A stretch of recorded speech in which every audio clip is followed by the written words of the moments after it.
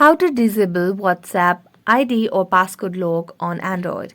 Hello everyone, welcome to this channel. I'm Emily and I'm here to help you out today. So without any delay, let's get started. Now for this process, simply launch the settings application on your device. So this process of disabling WhatsApp ID or passcode is due to the app lock system. So just scroll down and tap on the app section. Here tap on the app lock option, and as you tap on app lock, just verify yourself, and here you can see the option of app lock.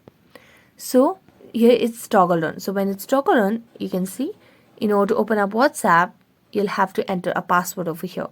So if you do not want to do this and you want to disable this option, simply just go back to the apps and then tap on app lock and then just disable the option of WhatsApp for the app lock. And there you go. So thank you so much for watching this video. See you next time.